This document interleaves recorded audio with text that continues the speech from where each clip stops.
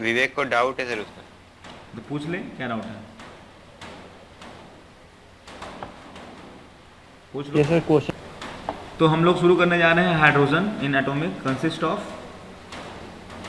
तो चैप्टर का जो नाम है उसका नाम है हाइड्रोजन, और हम लोग उस हाइड्रोजन जो है वो तुम्हारा इनऑर्गेनिक का चैप्टर है ना। इनऑर्गेनिक में हम क्या क्या पढ़ चुके हैं, इनऑर्गेनिक में पढ़ चुके हैं हम पीरियोडिक टेबल पढ़ चुके हैं ऑलरेडी, है ना जी। पीरियोडिक टेबल पढ़ चुके हैं, और क्या पढ़ चुके हैं हम लोग इसमें, दूसरा क्या पढ़ चुके हैं, पहला चैप्टर ये पढ़े, दूसरा क्या पढ़े हम लोग, दूसरा पढ़े हैं बॉन्डिंग पढ़े, दूसरा क्या पढ़े हैं बॉन्डिंग। तो अगर आप देखोगे ध्यान से, अगर जिस किसी को भी ये चैप्टर दोनों हम अच्छे से आता है, जिस किसी बंदे को इस दोनों चैप्टर अच्छे से आता है, अच्छे से रिवाइज कर चुका है, समझ चुका है, उनके लिए हाइड्रोजन ये चैप्टर है ये, और इसके बाद जो आने वाला है चैप्टर एस ब्लॉक और फिर पी ब्लॉक, बहुत ही आसान हो जाने वाला है, बिल्कुल ही आसान। क्योंकि इसमें सिर्फ सीखना क्या है, कंपाउंड का नाम सीखना है बस, बाकी उसके अंदर बॉन्डिंग कैसे हुई, क्यों ये ज़्यादा इलेक्ट्रोनेगेटिव है, क्यों कम है, ये सब बातें, सारी कहानी हमने पीरियोडिक टेबल में और बॉन्डिंग में हमने रीजन सारे बता चुके हैं आप लोग को, ठीक है। तो इसलिए ये चैप्टर बड़ा आसान हो जाता है, जो पीरियोडिक टेबल और बॉन्डिंग जो अच्छे से पढ़ा हुआ है, जो अच्छे से समझ में है। किसी को अगर दिक्कत हो रहा है इस चीज़ करने में, तो कृपया करके वो पीरियोडिक टेबल और बॉन्डिंग को दोबारा से जाके पढ़ें, है ना, रिवाइज कर लें, और फिर इस हाइड्रोजन को दोबारा से पढ़ें, तो समझ में बहुत आसानी से समझ में आ जाएगा, और बिल्कुल लगेगा कि हम बस बॉन्डिंग या पीरियोडिक टेबल रिवाइज कर रहे हैं। क्लियर है बात, क्या बोल रहा हूँ मैं, ठीक है। चलिए, तो सबसे पहले बात करते हैं कि हाइड्रोजन क्या है। तो हाइड्रोजन सबसे पहला एक एलिमेंट है, हमारे पीरियोडिक टेबल का सबसे पहला एलिमेंट है, बोलो हाँ या ना, पीरियोडिक टेबल पहला एलिमेंट है ना जी। तो कहने का मतलब क्या है कि hydrogen is the first element जिसका एटॉमिक नंबर क्या होता है, 1 होता है, क्योंकि उसका प्रोटॉन क्या होता है, एक ही होता है। क्या लिखा हुआ है, hydrogen in atomic form consist of 1 proton and 1 electron, but in elemental form it exists as diatomic, that is H2 molecule। elemental form में किस फॉर्म में रहता है, हमारे इन्वायरमेंट में बहुत सारे मॉलिक्यूल्स के फॉर्म में रहते हैं, जिसको अकेले एटम के फॉर्म में नहीं रहते, जैसे कि हमारा हीलियम हो गया, नियोन हो गया, आर्गन हो गया, it can exist as in atomic form. But इसके अलावा नोबल गैस के अलावा जितने भी मॉलिक्यूल, जितने भी तुम्हारे एलिमेंट है, वो सब या तो मॉलिक्यूल्स के फॉर्म में रहते हैं या तो सॉलिड के स्ट्रक्चर फॉर्म में रहते हैं। तो कहने मतलब है कि हाइड्रोजन जो है हमारे इन्वायरमेंट में या एलिमेंटल फॉर्म की बात करें तो वो तुम्हारा H2 के फॉर्म में रहता है। किस फॉर्म में रहता है वो, H2 के फॉर्म में रहता है। और H2 कैसा होता है, H के पास इलेक्ट्रॉन होता है एक, और एक होता है, तो ये बॉन्डिंग बनाता है, बोलो हाँ या ना। और यहाँ 1s क्या करता है, ओवरलैप करता है, पता है सबको, तो इतना क्लियर है सबको यहाँ तक। नेक्स्ट जो बात करेंगे हम लोग यहाँ पे देखोगे तो H2 is called as dihydrogen. H2 को हम एक और नाम देते हैं, डाई हाइड्रोजन भी बोलते हैं, या सिंपली इसको हाइड्रोजन बोलते हैं। हाइड्रोजन गैस बोल सकते हो इसको आप लोग, हाइड्रोजन गैस भी बोलोगे। तो हाइड्रोजन गैस का मतलब है, अगर आप हाइड्रोजन गैस बोल रहे हो, इसका मतलब बोलना है आपका, क्या बोलने का मतलब है, you are saying about H2 molecule, आप H2 मॉलिक्यूल के बारे में बोल रहे हैं। क्लियर बात। अगर आप डाई हाइड्रोजन बोल रहे हो या फिर हाइड्रोजन गैस बोल रहे हो, it means you are referring that कि I am talking about H2 molecule, okay. अब हम लोग क्या बात कर सकते हैं, देखो ध्यान से, कि हाइड्रोजन जो है यूनिवर्स में, मतलब हाइड्रोजन का जो नंबर है कितना अबाउंडनेस है, कितना ज़्यादा है, तो हाइड्रोजन जो है यूनिवर्स में सबसे नंबर 1 पे है। यूनिवर्स में सबसे अधिक पाया जाने वाला एलिमेंट है यूनिवर्स में। क्लियर है बात, बोलो। ये सन हो गया, स्टार्स हो गए, they all are made up of hydrogen. वहीं पे हाइड्रोजन जलता है, आपको पता होगा कि हाइड्रोजन जो है एक फ्यूल की तरह भी काम करता है। तो यूनिवर्स में सबसे ज़्यादा अबाउंडेंस में पाए जाने वाला एलिमेंट की बात करें तो वो हाइड्रोजन है। क्लियर है बात, सबसे ज़्यादा अगर एलिमेंट कोई है यूनिवर्स में तो कौन है, वो हाइड्रोजन है। लेकिन हमारे अर्थ की बात करेंगे तो अर्थ पे ये तीसरे नंबर पे आता है, ये फर्स्ट है किसमें, यूनिवर्स में। लेकिन अगर इसको बात करेंगे, अर्थ की बात करेंगे, तो अर्थ पे जो ये भाई साहब है ये तीसरे नंबर पे आते हैं। इसका जो अबाउंडेंस है, ये सबसे ज़्यादा अधिक पाया जाने वाले कोई एलिमेंट की बात करें यूनिवर्स में तो वो है H। बट अर्थ की बात करें तो उस पर ये तीसरे नंबर पे आता है। H is the at the third position, है ना, सबसे ज़्यादा, है ना। तो इस कारण से क्या बोल रहा हूँ मैं यहाँ पे, समझ में आया सबको कि यूनिवर्स सबसे ज़्यादा पाया जाता है, अर्थ में जो है वो तीसरे नंबर पे होता है। तीसरे नंबर इसका नंबर आता है अबाउंडेंस के केस में। ज़्यादा कौन है, तो थर्ड नंबर पे ज़्यादा है। नेक्स्ट बात करते हैं यहाँ पे पोजीशन ऑफ हाइड्रोजन।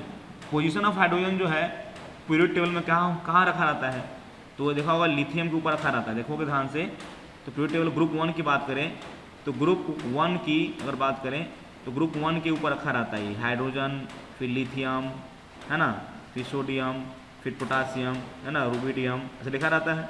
तो ये ग्रुप 1 के ऊपर रखा रहता है। बहुत सारे पीरियोडिक टेबल में हाइड्रोजन को कहाँ रखा रहता है, ग्रुप 1 में रखा रहता है। लेकिन अब बहुत सारा पीरियोडिक टेबल देखोगे तो ना तो 1 में रखा रहता है, कहीं वो बीच में रखा रहता है, पीरियोडिक टेबल के बीच में रखा रहता है, वो कहीं नहीं रहता है। क्योंकि इसकी जो प्रॉपर्टी होती है, हाइड्रोजन की जो प्रॉपर्टी होती है, वो एक्चुअली जो है वो 2 एलिमेंट से, 2 ग्रुप से मैच करती है। एक तो हो गया तुम्हारा ग्रुप 1 से, एक ग्रुप 1 से मैच करती है, और दूसरा जो है इसकी जो मैचिंग होती है वो करता है तुम्हारा ग्रुप 17, जो हम लोग हाइड्रोजन फैमिली बोलते हैं, उससे उसकी मैचिंग होती है। तो इसलिए जो पोजीशन जो है हाइड्रोजन का फिक्स नहीं है ना। लेकिन बहुत लोग उसको ग्रुप नंबर 1 में डाल देते हैं, लेकिन बहुत सारे अच्छे पीरियोडिक टेबल देखोगे तो हाइड्रोजन जो है सेंटर पर रखा रहता है, वो अलग ही पूरी पीरियोडिक टेबल से अलग रखा रहता है। क्लियर है बात। तो हम बात करते हैं किसकी बात करते हैं हम लोग, तो position of hydrogen in periodic table की बात करें तो क्या hydrogen is in the first element, hydrogen क्या है, फर्स्ट एलिमेंट है of the periodic table as इस एटॉमिक नंबर कितना है उसका 1 है। The single electron is present in the K shell, एक ही इलेक्ट्रॉन होता है और वो किसके सेल में प्रेजेंट होता है, K shell. K shell is the first shell, है ना, that is the first shell with the electron configuration कितना होता है, एक ही इलेक्ट्रॉन में क्या कन्फिग्रेशन होगा उसका 1s1 हो जाएगा। The hydrogen resemble in the many property with alkali as well as hydrogen, जो हाइड्रोजन की जो प्रॉपर्टी होती है वो अल्कली मतलब ग्रुप 1, अल्कली मेटल्स मतलब क्या होता है, ग्रुप 1 वाले एलिमेंट को क्या बोलते हैं, अल्कली। अल्कली का बोलने का मतलब होता है कि अल्कली मतलब होता है base. What is the meaning of alkali, तो अल्कली का मतलब होता है बेस, इसलिए इसका नाम पड़ता है अल्कली। मतलब ये क्या बेस बनाता है, इस मेटल को अगर पानी में डालिएगा तो ये बेस बनाता है, metal which dissolve in water, metal plus water डाल दीजिएगा तो ये बेस बनाता है, क्या बनाता है, एक बेस बनाता है। क्लियर है बात, क्या बनाता है, ये बेस बनाता है, इसलिए इसका नाम क्या पड़ जाता है, अल्कली ग्रुप पड़ जाता है। इसका नाम ग्रुप 1 का क्या नाम पड़ जाता है आपका, अल्कली भी नाम बोलते हैं, क्योंकि अल्कली मतलब होता है बेस। ठीक है, तो ये जो है इसकी प्रॉपर्टी अल्कली से भी मैच करती है एज वेल एज हाइड्रोजन से भी मैच करती है। This dual behaviour of hydrogen में arise due to the its electronic configuration. ये जो 2 तरीके का इसके अंदर जो बिहेवियर आपको दिख रहा है कि भाई ये अल्कली जैसा भी शो कर रहा है और ये हाइड्रोजन जैसी प्रॉपर्टी भी शो कर रही है, तो इसकी मतलब ये है कि इसका क्या कारण है शो कर रहा है, तो इसका कारण ये है कि जिसका इलेक्ट्रॉनिक कॉन्फ़िगरेशन है वो क्या है, 1s1 है। आप देखोगे तो वैलेंसी जो होता है, देखना ध्यान से क्या बोलने जा रहा हूँ मैं, कि वैलेंसी जो है ग्रुप 1 की बात करें तो उसकी वैलेंसी 1 होती है, क्योंकि उसके आटोम्स में कितना इलेक्ट्रॉन होता है, 1 होता है, इसलिए इसको वहाँ भी रख सकते हैं। दूसरी बात क्या है कि हाइड्रोजन की भी बात करें तो हाइड्रोजन की वैलेंसी क्या होती है, 1 होती है। जैसे फ्लोरीन की बात करें तो 1 इलेक्ट्रॉन ले सकता है वो, फ्लोरीन की बात करें तो क्या कर सकता है वो, 1 इलेक्ट्रॉन ले सकता है, तो उसकी वैलेंसी क्या है, 1। दूसरी तरह से हाइड्रोजन भी क्या करता है, अपना डुप्लेट पुराने के लिए, मतलब अपना हीलियम से बनने के लिए, हीलियम में कितना होता है, 2 इलेक्ट्रॉन होता है, तो स्टेबल मानते हैं उसको। तो हाइड्रोजन भी क्या करता है, अपने इलेक्ट्रॉन अपना स्टेबिलिटी गेन करने के लिए वो अपने आउटरमोस्ट में एक और इलेक्ट्रॉन ले सकता है, मतलब वो इलेक्ट्रॉन एक ले भी सकता है या एक दे भी सकता है। तो लेगा तो किससे प्रॉपर्टी मैच करेगी उसकी, हाइड्रोजन से मैच कर जाएगी, अगर देगा तो कैसे मैच कर जाएगी, वो अल्कली से मैच कर जाएगी। इस कारण से क्या होता है, उसका जो कॉन्फ़िगरेशन है यही कारण है इसके अंदर डबल बिहेवियर शो करता है, मतलब ये अल्कली जैसा भी बिहेव करता है और ये हाइड्रोजन जैसा भी बिहेव करता है। क्लियर है बात। नेक्स्ट बात करते हैं हम लोग आगे, नेक्स्ट दो क्या लिखा हुआ है, resemble with the alkali metals. अब इसकी बात करते हैं कि अब दोनों से मैच करता है, तो एक बार हम बात करेंगे अल्कली में से कैसे मैच करता है, फिर बात करेंगे कि इसके हाइड्रोजन से कैसे मैच करता है। तो पहला क्या है, तो पहला है किसका, कैसे रिसेंबल करता है ये, तो पहला है इलेक्ट्रॉनिक कॉन्फ़िगरेशन से मैच करता है। The valence shell of electron configuration of hydrogen and alkali metals are similar, दोनों सिमिलर है। NS1 होता है, बोलो हाँ है ना, सोडियम मेटल इसका कितना है, हाइड्रोजन कितना है, हाइड्रोजन का तुम्हारा है 1s1 होता है ना। लिथियम की बात करें तो क्या होगा, लिथियम में कितना होगा, लिथियम कितना होगा 1s1 1s2 2s1 हो जाता है लिथियम का, बोलो हाँ है ना। तो ये भी क्या है 1s1 ही है।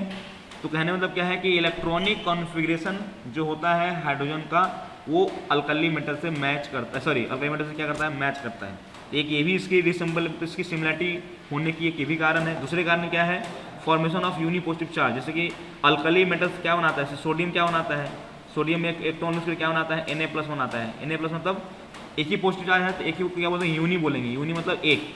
तो formation of unipositive charge, जैसे कि अल्कली मेटल्स बनाते हैं उस तरह से तुम्हारा सोडियम भी बनाता है, सोडियम करें हाइड्रोजन भी बनाता है, NaH+ बनाता है, JH+। तो hydrogen as well as alkali metals lose 1 electron to form uni. बोलो, ये सब बातें पहले तुमको मालूम है, ये सब चीज़ है ना। नेक्स्ट बात करते हैं फॉर्मेशन ऑफ ऑक्साइड। ऑक्साइड की अगर बात करें कि कैसे ऑक्साइड बनाते हैं, तो फॉर्मेशन ऑफ ऑक्साइड क्या होगा, तो हलाइड भी बनाता है, सल्फाइड भी बनाता है। जैसे कि जिस तरीके से ऑक्साइड बनाता है, जैसे देखो ध्यान से, जैसे सोडियम है, सोडियम क्या करता है, Na2O बनाता है। उसी तरीके से तुम्हारा पानी क्या बनाता है, H2O बनाता है। बोलो हाँ या ना, बोलो। जैसे कि NaX, देखो ये क्या हो गया, हलाइड हो गया। दूसरे तरीके से HX भी बनाता है जो कि एसिड होता है। बोलो हाँ या ना, आता है ना जी। सल्फाइड जैसे देखोगे तो Na2S बनाता है, उसी वजह से तुम देखोगे H2S भी बनाता है।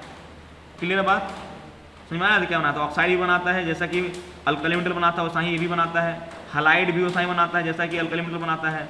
सिमिलरली सल्फाइड भी वैसा ही बनाता है जैसे कि वो अल्कली मेटल बनाता है। बोलो हाँ या ना, समझ में आ रहा है सबको यहाँ तक, कोई दिक्कत है? यहाँ पर लिखा, एग्जाम्पल लिखा भी हुआ है Na2, उसका ऑक्साइड क्या है H2O, फिर NaCl क्या है HCl, यहाँ क्या लिखा हुआ है Na2S, यहाँ क्या लिखा हुआ है H2S। क्लियर सबको बात, सबको आवाज आ रही है मेरी?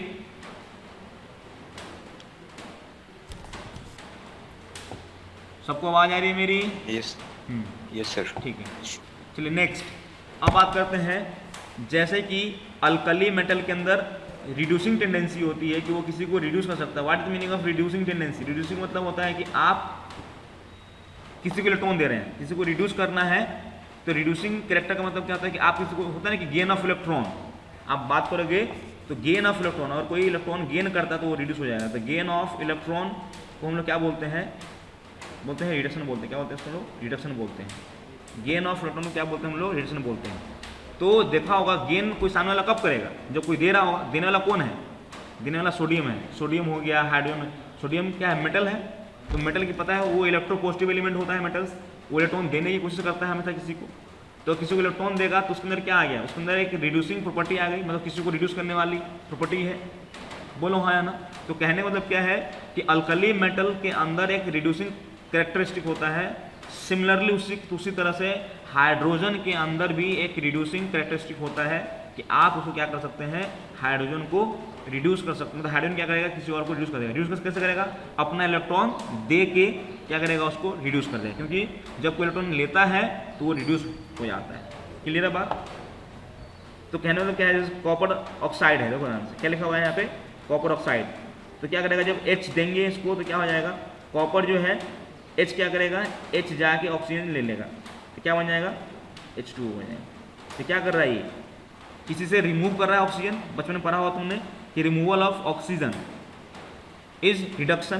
तो ये H2 ने क्या किया, जाके इस ऑक्सीजन को ले लिया, मतलब इसको क्या कर दिया, सामने वाले को रिड्यूस कर दिया। तो क्या बन गया यहाँ पे CuH2 बन गया। तो H2 के अंदर भी क्या होता है, एक रिड्यूसिंग टेंडेंसी होती है, मतलब रिड्यूस कर सकता है किसी को। सिमिलरली यहाँ देखो क्या, जैसे कि मेटल की बात करते हैं, देखो B2O3 है ना। बोरोन ऑक्साइड की बात करें तो क्या है, K क्या है, सोडियम मेटल है, पोटासियम मेटल है। तो क्या करेगा, K जाके इससे ऑक्सीजन ले लेगा।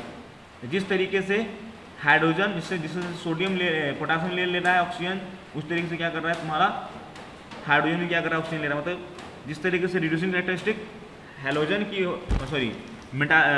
अल्कलीज की होती है, उस तरीके से तुम्हारा इसका भी होगा। ठीक है, तो समझ में आ रहा है आपको कि किस तरीके से, किस वे में जो तुम्हारा जो हाइड्रोजन की प्रॉपर्टी जो है वो अल्कली मेटल से मैच करती है। क्या क्या है, पहला है इलेक्ट्रॉनिक कन्फिगरेशन सेम होता है, दोनों सेम पॉजिटिव चार्ज बनाता है, सिंगल पॉजिटिव चार्ज बनाता है। दोनों का हलाइड बनाने का तरीका, ऑक्साइड बनाने का तरीका और सल्फाइड बनाने का तरीका, दोनों की तरफ क्या है, सेम है।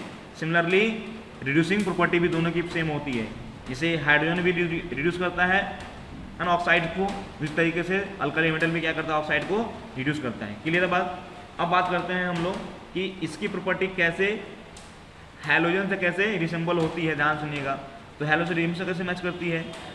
पहला क्या है, कॉन्फ़िगरेशन। कॉन्फ़िगरेशन क्या है, both have 1 electron less than that of preceding inert gas. जैसे कि देखो ध्यान से, इसका होता है NH2NP5 होता है, किसका, ये होता है हैलोजन का होता है। किसका होता है, हैलोजन का होता है। अब बात करेंगे नोबल गैस की, बात करेंगे हम लोग। तो नोबल गैस की जो कॉन्फ़िगरेशन होती है वो कितनी होती है, नोबल गैस की होती है? तो नोबल गैस की होती है NH2NP6। तो नोबल गैस होने से जो हैलोजन मैंने बताया, तो हैलोजन को नोबल गैस बनने के लिए कितना इलेक्ट्रॉन चाहिए? एक और दे देंगे तो क्या होगा? इसमें एक और ऐड कर देंगे तो क्या हो जाएगा? ये बन जाएगा। बोलो हाँ या ना? मतलब कहने का क्या है कि नोबल गैस बनने के लिए एक इलेक्ट्रॉन की कमी है हैलोजन की, तो नोबल गैस बन जाएगा। सिमिलरली अगर बात करें तो हाइड्रोजन का भी क्या है? NH1 है, मतलब 1s1। इसको भी एक इलेक्ट्रॉन अगर दे दे तो क्या बन जाएगा? ये बन जाएगा 1s2 बन जाएगा, जिसकी क्या कॉन्फ़िगरेशन जो हीलियम की कॉन्फ़िगरेशन होती है He की होती है। मतलब ये भी अपने हीलियम जैसा कन्फर्म करने के लिए उसको भी एक इलेक्ट्रॉन ऐड कर देंगे तो हीलियम बन जाएगा। सिमिलरली हैलोजन की बात करें, उसमें एक इलेक्ट्रॉन ऐड कर देंगे तो भी क्या बन जाएगा? नोबल गैस बन जाएगा। मतलब नोबल प्रॉपर्टी लाने के लिए, इनर्ट गैस कन्फर्मेशन लाने के लिए both have one deficient electron, मतलब दोनों के अंदर एक इलेक्ट्रॉन डिफिशिएंट है। अगर एक इलेक्ट्रॉन ऐड कर दें तो दोनों को दोनों भाई साहब क्या हो जाएंगे? नोबल गैस बन जाएंगे। इसलिए क्या हो गया यहाँ पे? तो इलेक्ट्रॉनिक कन्फर्मेशन के हिसाब से बात करेंगे तो यहाँ भी देखोगे they are less than that of one electron to get a electronic inert gas configuration. तो क्या लिखा? बोथ है one electron less than that of preceding मतलब होता है उसके आगे वाला इनर्ट गैस कॉन्फ़िगरेशन। जैसे हाइड्रोजन का हीलियम आता है ना जी, तो हाइड्रोजन में एक इलेक्ट्रॉन डाल दो तो क्या हो जाएगा? हीलियम बन जाएगा। तो ये भी एक कम है। बाकी तुम्हारा फ्लोरीन की बात करें, फ्लोरीन के 9 इलेक्ट्रॉन है, उसमें एक ऐड कर दो तो क्या हो जाएगा? 10 हो जाएगा, है ना, नियोन बन जाएगा।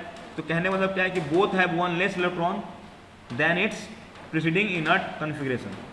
दोनों की बात करते हैं। एटोमिसिटी की बात करें तो लाइक हैलोजन हाइड्रोजन हैव डायटोम। जैसे देखा होगा कि फ्लोरीन की बात करें तो फ्लोरीन के साथ कैसा होता है? एलिमेंटल फॉर्म में F2 के फॉर्म में होता है। क्लोरीन कैसा होता है? Cl2 के फॉर्म में होता है। ब्रोमीन Br2 के फॉर्म में होता है। आयोडीन I2 के फॉर्म में होता है। उसी तरीके से सेम तरीके से तुम देखोगे तो तुम्हारा भाई साहब कौन? जो हाइड्रोजन वो भी H2 के फॉर्म में रहता है। जिस तरीके से हैलोजन का एलिमेंटल फॉर्म एग्जिस्ट करता है उसी तरीके से तुम्हारा हाइड्रोजन का भी एलिमेंटल फॉर्म एग्जिस्ट करता है। तो क्या लिखा हुआ है? Like halogen hydrogen form diatomic molecule 2, for example Cl2 Br2 I2 के जैसे ही बनाता है, H2 बनाता है। बोलो हाँ यार, क्लियर है बात सबको यहाँ तक?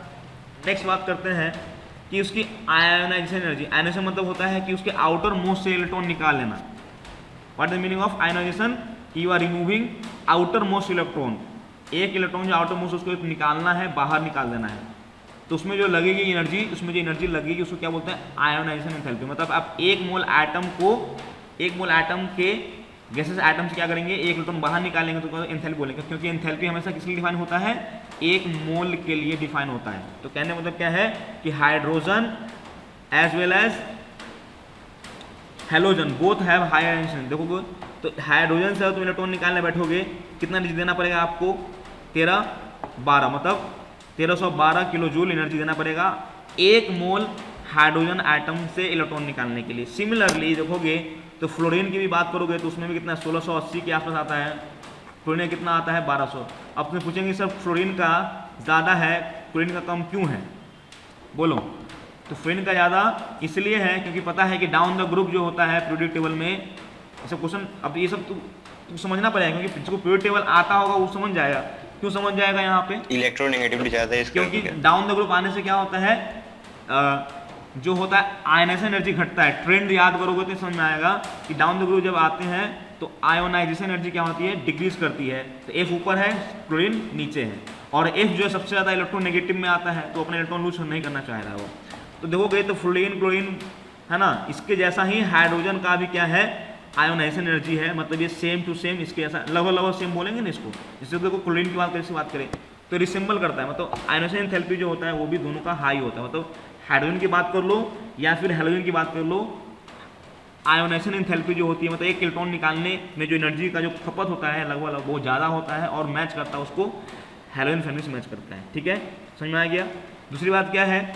डी में क्या है? Formation of uninegative charge. Uninegative charge मतलब जैसे सुना होगा फ्लोरीन क्या बनाता है? F- बनाता है। क्लोरीन क्या होता है? Cl- बनाता है। Br क्या बनाता है? Br- बनाता है। आयोडीन क्या होता है? I- बनाता है। तो सिमिलरली तुम्हारा जो हाइड्रोजन भी है ये बनाता है H- बनाता है। क्या बनाता है? H-। ठीक है, ताकि वो क्या बन जाए? नोबल गैस कॉन्फिगरेशन बन जाए। तो क्या लिखा हुआ है? Formation of uninegative. यूनि मतलब वन, नेगेटिव मतलब नेगेटिव आयन।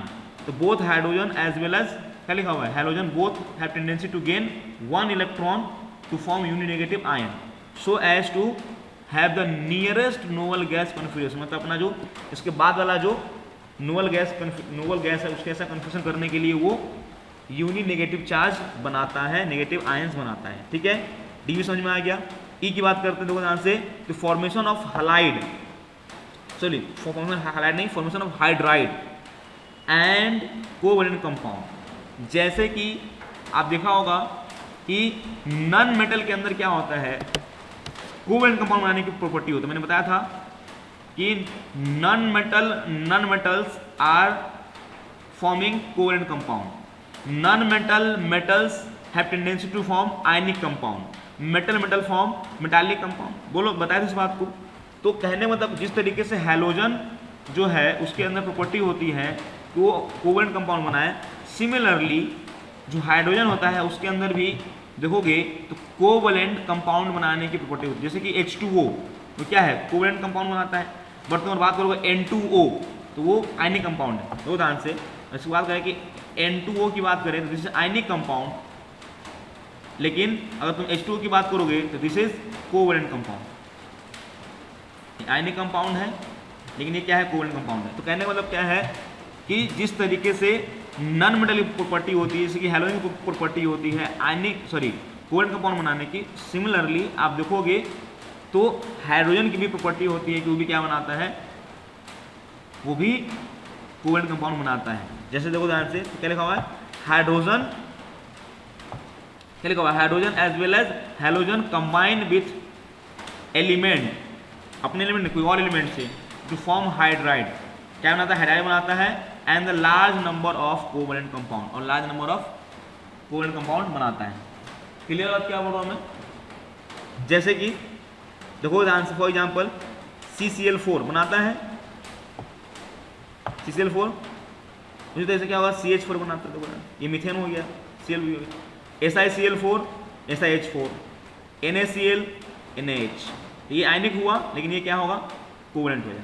तो कहने का मतलब ये है, सॉरी ये भी आयनिक, ये भी आयनिक है, सॉरी, क्योंकि मेटल है और नॉन मेटल। तो कहने का मतलब क्या है कि जिस तरीके से नॉन मेटल कोवैलेंट कंपाउंड बनाता है, तो हैलोजन क्या नॉन मेटल में आता है, तो उससे देखोगे तो आप तो हाइड्राइड्स या फिर कोवैलेंट कंपाउंड भी बनाने की टेंडेंसी होती है, किसकी, हाइड्रोजन की होती है। तो बोल रहे इस तरीके तुमको समझ में आ गया कि किस तरीके से हाइड्रोजन जो है वो अल्कली मेटल से और हैलोजन से अपनी मैचिंग रखता है। क्लियर है बात? चलिए आगे चलते हैं, इसके आगे थोड़ा सा नेक्स्ट है डिफरेंस फ्रॉम। अब किस तरीके में जो है हाइड्रोजन जो है डिफरेंट है किससे, अल्कली मेटल से। कुछ सिमिलरिटी पढ़ी हमने कि भैया इस कारण से वो अल्कली जैसा बिहेव करता है, कुछ डिफरेंस भी है जो उसको अल्कली मेटल से अलग बनाता है ना, क्योंकि पूरा तो अल्कली मेटल है नहीं, पूरा ग्रुप 1 में तो आता नहीं है। तो ऑब्वियस सी बात है उसके अल्कली मेटल में उसमें क्या होगा, कुछ ना कुछ डिफरेंसेस होंगे, है ना। तो क्या पॉइंट है, क्या डिफरेंसेस है अल्कली मेटल्स को देखने जा रहे हैं। तो क्या लिखा हुआ है, तो आयनाइजेशन एंथैल्पी ऑफ हाइड्रोजन कितना होता है, वो ज़्यादा होता है, बताए थे। इसकी जो आयनाइजेशन एंथैल्पी होता है, मतलब इलेक्ट्रॉन निकालना है उसके एटॉमिक शेल से, तो उसमें हमको एनर्जी बहुत ज़्यादा देना पड़ता है। लेकिन ये बात अगर आप अल्कली से पूछोगे, अल्कली मेटल से बोलेगा नहीं हम तो आसानी से दे देते भैया, हम मेटल वाले हैं। और सबसे कम अगर बात करें किसी ग्रुप की, अगर बात करें तो सबसे कम अगर किसी ग्रुप की अगर आयनाइजेशन एंथैल्पी होती है तो वो है तुम्हारा अल्कली मेटल। क्लियर बात क्या बोल रहा हूँ मैं? सबसे कम वाला कोई आयनाइजेशन एंथैल्पी होता है जिसको इलेक्ट्रॉन निकाला जाए, जो सबसे आसानी से निकल जाएगा किसी पीरियोडिक टेबल में, वो आता है अल्कली मेटल्स होते हैं। उस ग्रुप वाले के जो आयनाइजेशन एंथैल्पी होता है सबसे कम होता है। और यहाँ बात करोगे हाइड्रोजन की बात करेंगे तो इसका जो आयनाइजेशन एंथैल्पी कितना होता है, देखो 1312 होता है, किलो जूल पर मोल होता है। It is very high as compare to that of alkali metals. Alkali metal lithium में कितना होता है, लिथियम का होता है जो सबसे ज़्यादा अल्कली मेटल सबसे ऊपर कौन होता है, लिथियम होता है, सबसे लास्ट में कौन होता है, सीजियम होता है, फ्रांसियम होता है। तो फ्रांसियम तो तुम्हारा रेडियो एक्टिव होता है, इसकी बात ही नहीं करेंगे हम लोग। तो इसका होता है सीजियम होता है। तो सबसे ज़्यादा किसका होता है, अल्कली मेटल का होता है। मतलब इस ग्रुप का जो सबसे ज़्यादा होता है वो अल्कली मेटल, उसका भी देखोगे तो कितना है, 520 है, और इसे कितना है 1312, मतलब सिर्फ डबल से भी ज़्यादा आ रहा है। कहने का मतलब क्या है कि अल्कली मेटल्स के ग्रुप वाले ग्रुप में जो सबसे हाई आयनाइजेशन एंथैल्पी है उससे भी बड़ा है तुम्हारा हाइड्रोजन का आयनाइजेशन एंथैल्पी। मतलब आयनाइजेशन एंथैल्पी के टर्म में जो है अल्कली मेटल से हाइड्रोजन डिफरेंट है। हाइड्रोजन की एंथैल्पी क्या होती है, आयनाइजेशन एंथैल्पी क्या होती है, बहुत ज़्यादा होती है, लेकिन जो अल्कली मेटल्स की जो बात करें उसकी जो आयनाइजेशन एंथैल्पी होती है बहुत ही कम होती है। क्लियर है बात। अब देखो यहाँ पे लिखा हुआ लिथियम का जो है 520 है, इन सोडियम में क्या है 495।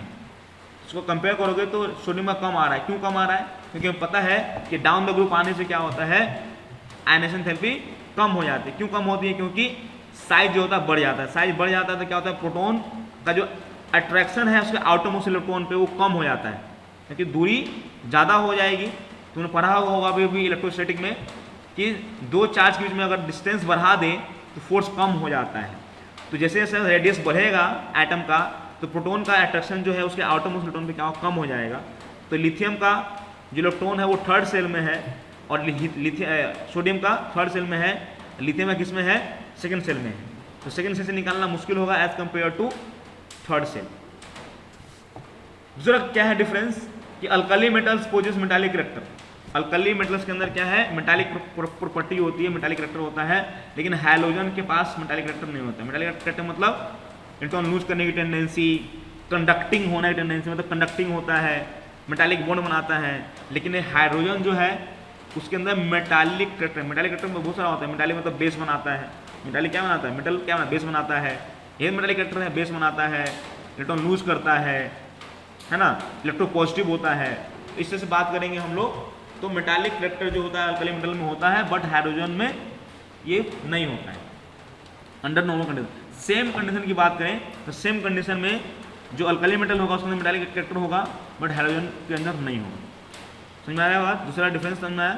तीसरा डिफरेंस क्या है आपका कि size of hydrogen that is nucleus of hydrogen is कितना है, 1.5 × 10⁻³ picometre, which is extremely small as compared to normal atomic and ionic size of alkali metals। कितना है देखो ध्यान से, इसका है 1.5 × 10⁻³ मतलब समझ में आ रहा है कितना होगा। इसको पॉइंट में बात करें तो कहेंगे 0.0015 पिकोमीटर। ये किसका है, this is the radius of nucleus of, क्योंकि हाइड्रोजन में से अगर एक इलेक्ट्रॉन निकाल देते हो तो इट ओनली बिकम प्रोटॉन, ये सिर्फ प्रोटॉन ही बचेगा। बोलो हाँ यार, न्यूक्लियस बचा ना जी। यहाँ पे इलेक्ट्रॉन घूम रहा था, इसको हम भगा दिए। ये तो लाइन थोड़ी दिखता है आपको, ये तो स्पेस हमने बस डिफाइन किया कि ऐसा गोल गोल घूमता होगा। इसको हटा दो इलेक्ट्रॉन तो ये लाइन में गया तो क्या बचा, सिर्फ प्रोटॉन बचा। तो प्रोटॉन का साइज ही बताया जा रहा है यहाँ पे। तो देखो ध्यान से, the size of H+ that is nucleus size बना। प्रोटॉन H+ का मतलब क्या है, वो न्यूक्लियस का साइज के बराबर है, क्योंकि एक इलेक्ट्रॉन निकालने के बाद वहाँ कुछ बचता ही नहीं है, क्या होता है, सिर्फ प्रोटॉन ही बचता है। तो काफ़ी ज़्यादा स्मॉल होता है साइज, जो कितना होता है 0.0015, देखो इतना पिकोमीटर होता है। लेकिन बाकी जो अल्कली मेटल्स होते हैं उसका साइज देखोगे कितना है, 50 से 200 पिकोमीटर तक साइज होता है किसका, बाकी जो अल्कली मेटल्स के जो एटॉमिक है या फिर आयनिक कंपाउंड, आयनिक फॉर्म का जो आयनिक रेडियस जो होता है वो क्या होता है 50 से, देखो कितना ज़्यादा का फर्क है, 0.0015 है, और यहाँ कितना है 50 और 200 के बीच में है। मतलब जो आयनिक रेडियस की बात करें तो आयनिक रेडियस में जो H+ है वो बहुत ही ज़्यादा छोटा दिखता है, बहुत छोटा, छोटा भी नहीं बहुत छोटा, क्योंकि वो प्रोटॉन है, सिंपली प्रोटॉन है। समझना क्या बोल रहा हूँ मैं। एज रिजल्ट H+ क्या है, डज नॉट एग्जिस्ट फ्रीली, इसलिए H+ जो है फ्रीली एग्जिस्ट नहीं करता है, एंड इट ऑलवेज, समझ में आ रहा है क्या बोल रहा हूँ मैं। अभी याद, इस बात को याद रखना है कि as the result H+ does not exist freely and always associate with the other element और मॉलिक्यूल, है ना। क्लियर बात क्या बोल रहा हूँ मैं। इसलिए वो अकेले एग्जिस्ट नहीं करता है, इसलिए देखा होगा it exist as hydrated proton, और फॉर्मूला क्या है इस तरीके से, जैसे पानी होगा तो पानी क्या करेगा, जैसे पानी है, जैसे H+ है, मैंने बताया था कि प्रोटॉन कोई भी आयनिक कंपाउंड को क्या करता है, पानी क्या करता है, हाइड्रेट कर देता है, पानी क्या कर देता है, हाइड्रेट कर देता है, ठीक है। तो ये ऑलवेज अकेले H+ के फॉर्म में नहीं रह सकता कभी भी, क्योंकि वो साइज छोटा है, इसलिए क्या करता है वो पानी के फॉर्म में, एक H+ को कितने आदमी ने घेर लिया है, देखो ध्यान से, तो 4 वाटर मॉलिक्यूल घेर लिया है इसको, 4 क्या किया है, वाटर मॉलिक्यूल घेर लिया है इन एक्वस सोल्यूशन। तो कहने का मतलब क्या है, ये हाईली हाइड्रेटेड फॉर्म में रहता है। क्लियर है बात?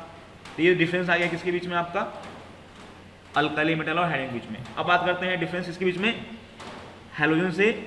सिमिलैरिटी तो थी, इनमें कुछ डिफरेंसेस भी होंगे। डिफरेंस नहीं होता सीधे कहाँ डाल देते उसको हम लोग, हाइड्रोजन को डायरेक्टली कहाँ डाल देते हैं हम लोग, सिंपली उसको हैलोजन फ्रेम में डाल देते हैं। लेकिन ऐसा तो है नहीं, 100% सिमिलर तो नहीं है हाइड्रोजन से, कुछ ना कुछ डिफरेंस होंगे। तो क्या डिफरेंस है ये डिफरेंस जो है यहाँ पे देखिए क्या है, the reactivity of hydrogen is very low as compare to halogen. Halogen की जो रिएक्टिविटी होती है वो बहुत ज़्यादा होती है, उतना। जैसे कि देखोगे Cl2 की बात कर लो, F2 की बात कर लो, Br2 की बात कर लो, वो फटाक से किसी भी दूसरे एलिमेंट से रिएक्ट करने को तैयार आता है, मतलब काफ़ी ज़्यादा वो बेताब रहता है कि हम रिएक्ट कर जाएंगे। तो जो हैलोजन जो होता है उसकी जो रिएक्टिविटी होती है काफ़ी ज़्यादा होती है। लेकिन अगर बात करें हाइड्रोजन की तो उसकी रिएक्टिविटी क्या होती है, बहुत ही कम होती है। जैसे Cl2 बात कर लें, Cl2 हमारे इन्वायरमेंट में रहे या Br2 रहे, F2 रहे, तो पता नहीं किसी न किसी से क्या करेगा, वो फटाफट रिएक्ट कर जाता है। लेकिन अगर बात करें H2 की बात करें तो H2 जो है इन्वायरमेंट में आराम से रिएक्ट करता है, उसको जल्दी से किसी से रिएक्ट करने नहीं जाता है। ये पहला बात हो गई, रिएक्टिविटी क्या होती है हैलोजन से कम। दूसरी बात क्या है कि oxide of halogen are acidic. देखो ध्यान से, ऑक्साइड जो होता है किसका, हैलोजन का क्या होता है, एसिडिक होता है। बताया था ना मैंने कि मेटल से बनता है बेस, मेटल ऑक्सीजन से किया तो क्या बनाएगा, मेटल ऑक्साइड बनाएगा।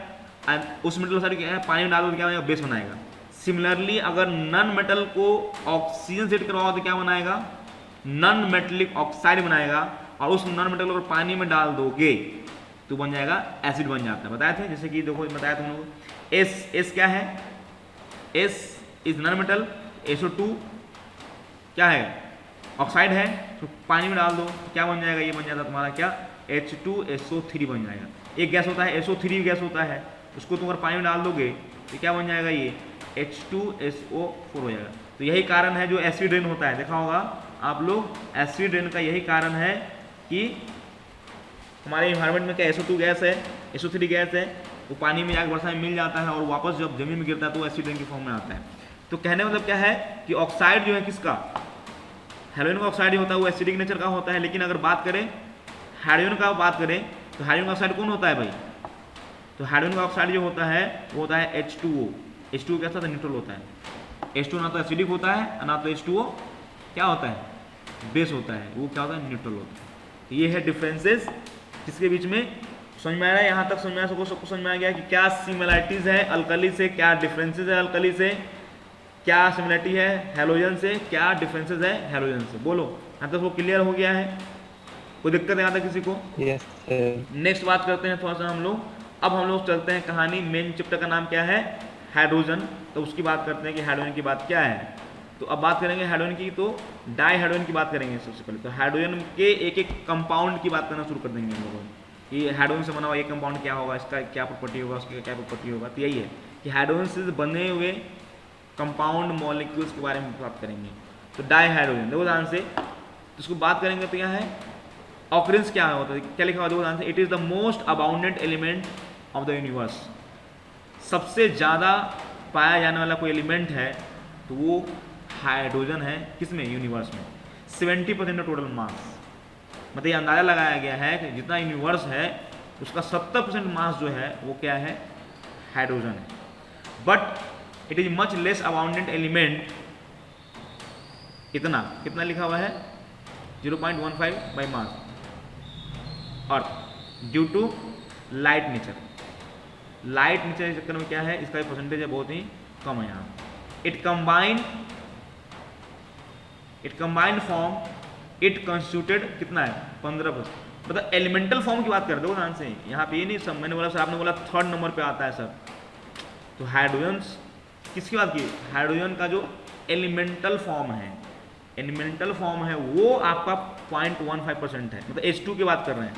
H2 के फॉर्म में इतना ही है, लेकिन ऐसा तो नहीं है कि हाइड्रोजन इसी फॉर्म में होगा, तो पानी के फॉर्म में भी है ना जी, समुद्र में देखा है ना, 3/4 2/3 पानी है, नहीं तो पानी है तो वहाँ तो हाइड्रोजन भी होगा ना।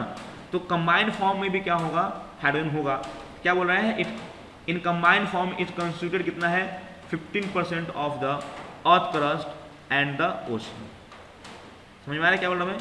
15%, समझ में आ रहा है? देयर आर 100 ऑफ एलिमेंट, जिसमें 15% सिर्फ क्या है, हाइड्रोजन है अर्थ क्रस्ट। तो कहने का मतलब क्या होगा, तो इसलिए इसको थर्ड नंबर पे आता है। क्लियर बात? तो ये तुम्हारा क्या हो गया, इससे से ऑकरेंस हो गया, पृथ्वी में कितना है, कंबाइंड फॉर्म में कितना है, सब बातें हो गई। अब बात करते हैं आइसोटोप्स। आइसोटोप्स की बात करें तो आप देखेंगे आइसोटोप्स उसको बोलते हैं, आइसोटोप बोलते हैं कि एटम ऑफ सेम एलिमेंट। क्या होता है ये? Atom of same element, same element having different mass, having different mass, उसको बोलते हैं हम लोग, क्या बोलते हैं उसको हम लोग? आइसोटोप बोलते हैं। मतलब अगर सेम एलिमेंट है मतलब उसका नंबर ऑफ प्रोटॉन क्या होंगे, सेम होंगे। सेम एलिमेंट मतलब नंबर ऑफ प्रोटॉन क्या होंगे, सेम होंगे। तो हाइड्रोजन के 3 आइसोटोप्स होते हैं। हाइड्रोजन कितने आइसोटोप्स होते हैं?